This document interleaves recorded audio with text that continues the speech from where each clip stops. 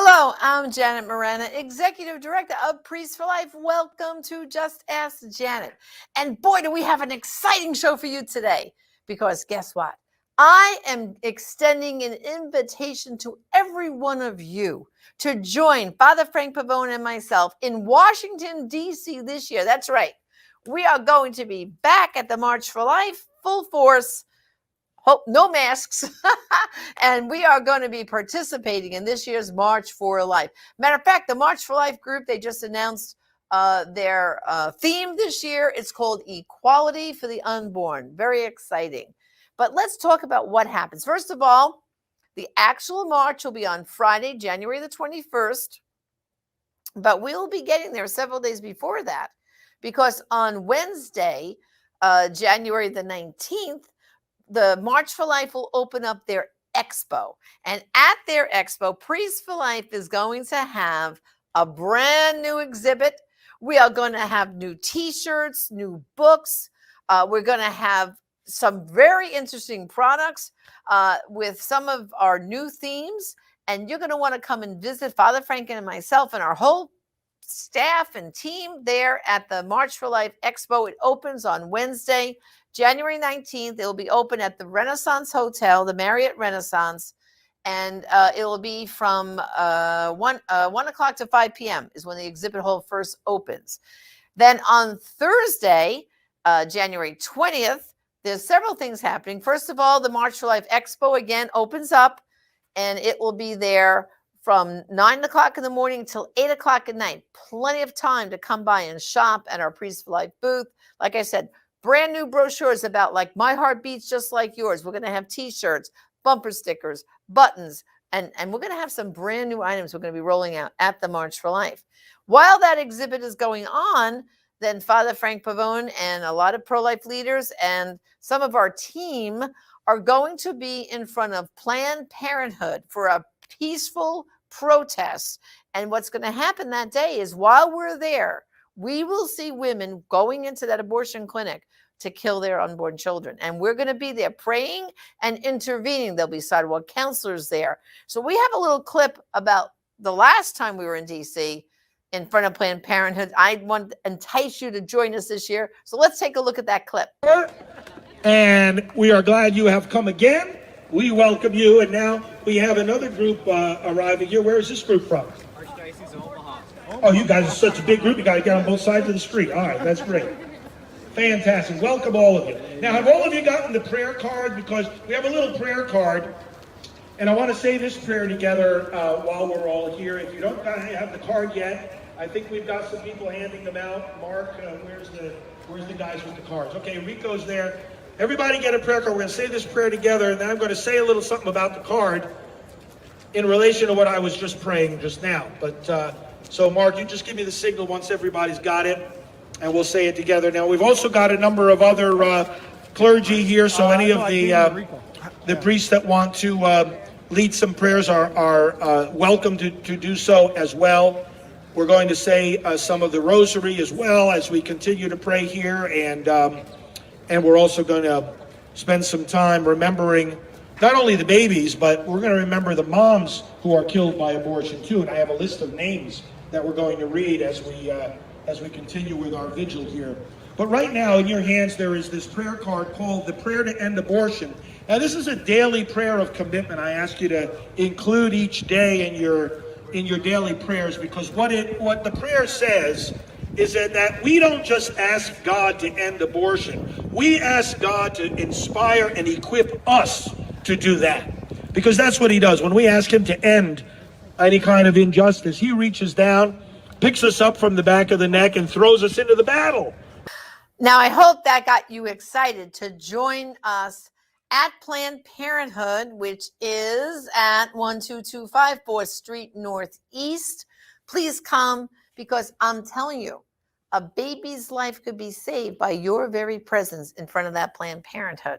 So it's very simple. Tell your bus captains now, when they're planning the itinerary for your bus, to drop you off, your whole group, in front of Planned Parenthood. You don't have to stay the whole 2 hours. It could be a half hour. It could be 15 minutes even. Some time of prayer, joining us in front of Planned Parenthood will be awesome and babies' lives will be saved. And of course, the rest of that day, they'll be back at the March for Life Expo at the Renaissance Hotel. Then, of course, on Friday is the big day, the March for Life. The exhibit hall will open at 8:30 and close at 10:30, and then reopen from 3 o'clock until 7 o'clock on Friday. But Friday morning is a very, very unique thing happens.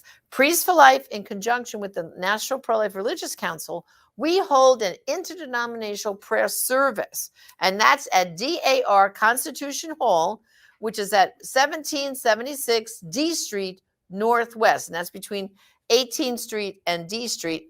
That service goes from 8:30 in the morning till 10:30, and here's the good thing. It's indoors, cozy theater seats, warm. So if you're going to go to the rally, and you'll have plenty of time to get to the March for Life rally after the prayer service. And I'm going to just show you a little clip from the last prayer service that we did 2 years ago. So let's take a look at that. I take up this call and we talk about abortion. If we speak about it in church, we're told we're too political. If we speak about it in the political arena, we're told we're too religious.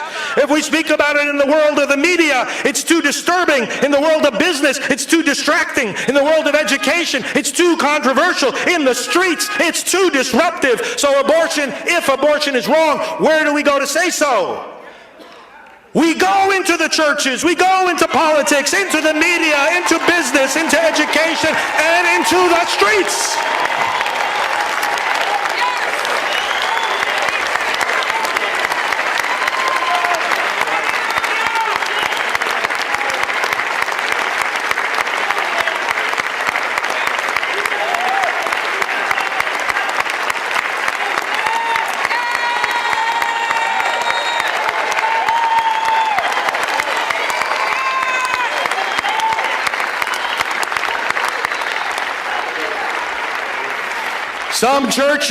Some churches haven't wanted to get involved in political hassles with the government, and so they've been silent on abortion. They didn't want to get involved in hassles from the government. They didn't want to take the fight to the government.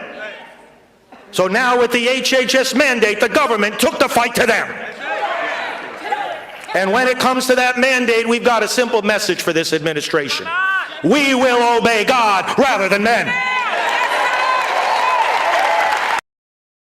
Now, that's just a sample. That actually was from several years ago. But Father Pavone will give another fiery sermon again this year at Constitution Hall. But you know what's even better? We give out a Pro-Life Recognition Award. And this year, the award is going to key people from the state of Mississippi and also from Texas because of those great bills that were passed in those two states. And those people are going to actually be there, get the award, speak for a few minutes. We're going to have a praise and worship band. We're going to be praising the Lord. And so it's a very great, inspiring, and energetic service. And I want to see you there at Constitution Hall.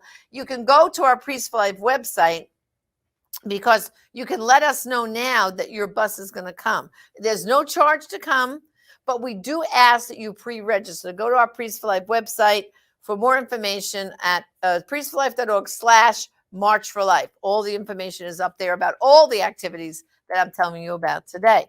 Well, then after you've been at the prayer service, we go all over to the March for Life rally. And that's exciting. And sometimes I get interviewed by folks from Teresa Tamio from EWTN. So let's take a look at this clip down by the rally. And Teresa Tamio is there with Janet Marana. Hello, Teresa. Hello, Catherine, my dear, and of course this beautiful face and beautiful sister of Christ standing next to me, Janet Marana, as you mentioned. She's my co-host on the Catholic View for Women, seen Sunday nights here at EWTN. She's also the co-founder of the Silent No More Awareness Campaign, the executive director of Priests for Life, and as I always say on Catholic View, she fits all of that on one business card. I don't know how she does it, but she does. JM, how many marches have you been now? Well, this will be my 31st first March for Life. I went on my very first one with Father Pavone when he was ordained by Cardinal O'Connor. Came to my parish, and I was a little clueless about this whole issue at that point. But oh boy, his preaching made it very crystal clear. And I was on that first bus with him and our parishioners. And funny story is, we always filled our bus, and he served shrimp cocktail on our buses. Why am I not surprised? Yeah. Let's talk a little bit about how Silent No More awareness has grown. When did you start the testimonies at the Supreme Court? Yeah, our first testimonies were in January of 2003. It was all women back then, holding those signs, "I regret my abortion." By 2004, we had our first man hold, and then his sign was, "I regret lost fatherhood." And it pretty much said just the men and the women. But in 2015, we had been over the years getting like a grandparent here or someone there saying, "Well, I'm hurt and I'm hurt." And as you know, I wrote the book, Shockwaves, The Wider Circle of Victims. And so in 2015, we launched that whole effort. And now we have grandparents, we have siblings, we have friends, we have former abortion providers, doctors. I think the most moving thing for me, Teresa, when we first launched it in 2015, Dr. Tony Levatino held that sign, "I regret performing abortions," and he marched with the women. And at first, how is this going to feel for these women that never saw their abortionists? Some of them, they don't even look at them. And here's this repentant abortionist marching with them. It was amazing. There was like another layer of healing happened. And of course, that night we do a debriefing, and Dr. Levatino came and he said to these women, "If you ever need to talk to me about what happened to you," he gave them his personal cell phone, his email. There was such a healing moment for all of them. But of course, since then it's been growing. We have more grandparents, more siblings coming forward. Even some people have come forward to say, "I think I'm an accomplice because I took a friend to the took a abortion friend." facility. Yeah. There's these, in colleges now, it's so sad, Teresa, these kids will chip in on a dorm floor because their friend needs an abortion. "Hey, can you put in 20? Well, you're all guilty of that child's death. You're chipping in to kill a baby. And again, it's the shockwaves that shockwaves spread that across, reverberates out. And Yep. you do so much great work. And every year, of course, they're here at the Supreme Court. So many women, men, grandparents giving their testimony. They're regretting abortion, but the healing also. And you have Rachel's Vineyard, and we'll talk about this, of course, on the Catholic View for Women. Janet Marana, I will see you later at the march. And the security continues. We're on lockdown here behind the tent. Of course, once I did that interview, then of course we march up to the Supreme Court, and the women and men are silent and we're holding those signs like I described. When they get to the Supreme Court, then we start the testimony. So when we get up to the Supreme Court, of course, Silent No More, we're marching with those signs. "I regret lost fatherhood. I regret my abortion. I mourn my aborted grandchild." We're all marching up. When we get to the Supreme Court, one by one, they will give their testimonies. Here's just a sample. My name is Brianna, and I had an abortion 6 years ago when I was a senior in college. I made the decision to end my pregnancy because I was alone. My fiance had just left me, so I was already going through a difficult time. I was scared, and I didn't believe that I could raise a child on my own. I didn't see a future for myself as a single mom. I was given the RU-486 abortion pills the same day that I went to the abortion clinic. They didn't explain the process to me beyond when to take the pills, side effects, possible complications, and what to expect during the abortion were never mentioned. I had the abortion alone in my apartment, and it was by far the most painful experience of my life. It took at least 2 months for my body to recover physically. Immediately after, despite the pain, I felt relief that I was no longer pregnant. This relief was immediately followed by guilt, which I quickly tried to numb away with drugs, alcohol, and sex. I wanted to put the abortion behind me as quickly as possible and never think about it again. Exactly 1 year to the day after my abortion, I accepted Jesus Christ as my Lord and Savior, and my life was forever changed. The reality of what I had done was overwhelming, and I was so grateful for the undeserved salvation I had received. It took a few more years before I had the courage to share my story with family and friends. When I finally spoke about my past, I was relieved that I no longer had to live in secrecy. I felt free to be myself and to have honest relationships with my family and friends. I found encouragement and healing through a faith-based recovery program for post-abortive women. I have forgiven myself, and I have dedicated my life to honoring the memory of my daughter Lily, standing up for the unborn, and sharing God's story of redemption in my life. I choose to be silent no more, and I encourage others to find strength in Christ to do the same. One by one, they come up to that podium and they tell their story. Brothers and sisters, if you're coming to the March for Life, when you get to the Supreme Court, I know you might be out in the street and not realize up on the sidewalk that we're on a little platform with speakers. They're giving their testimonies. Even if you could only stay for a few minutes, just hear one or two of them. Life-changing to hear those testimonies of the damage abortion has done to their lives. But then the positive message of the healing they received and the mercy of Jesus and how they're back going to church and they're back feeling good again because now they realize the Lord has forgiven them and they have learned to forgive themselves. So I hope I'm going to see so many of you this year at the March for Life. I hope you're going to come and join us again for all those activities. Let's review. First, you're going to come to the Renaissance Hotel where we're going to have our great expo there starting on Wednesday. The expo will begin on Wednesday from 1 to 5 will be opened. Thursday from 9 a.m. to 8 p.m. And then on Friday, our booth will be open from 8:30 to 10:30, and we will reopen at 3 o'clock after the march until 7 p.m. Amazing. All right. And then I want to see you all at Planned Parenthood. Trust me, it will change your life to be there and pray for those babies that are about to die that morning. It's life-changing experience. And then I want to see you Friday morning at 8:30. You can get there as early. I think the doors open at 8 a.m. at DAR Constitution Hall for the National Prayer Service. And again, go to our website, priestforlife.org/March4Life, and join us this year.